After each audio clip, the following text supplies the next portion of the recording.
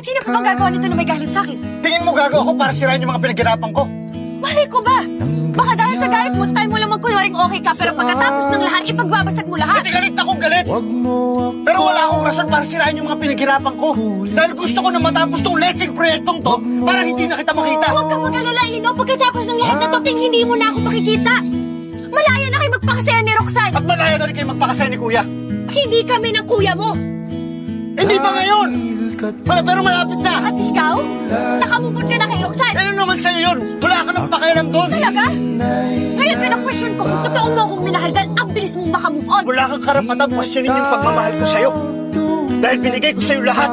Pinaglaban kita sa magulang ko pero binaniwala mo lang lahat. Or in fact, ako pa nga dapat yung magtanong sa'yo eh. Minahal mo ba talaga ako? Pasensya ka na, wala akong kotse ng mga panahon tayo!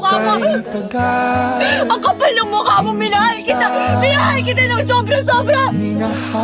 Kung ano man yung iniisip mo, hindi yan totoo! Kung wala lang akong pamilya na nasasaktan, kung ako lang kahit mahirapan ako, kahit mamatay ako, hindi kita iiwan. Mahal na mahal kita!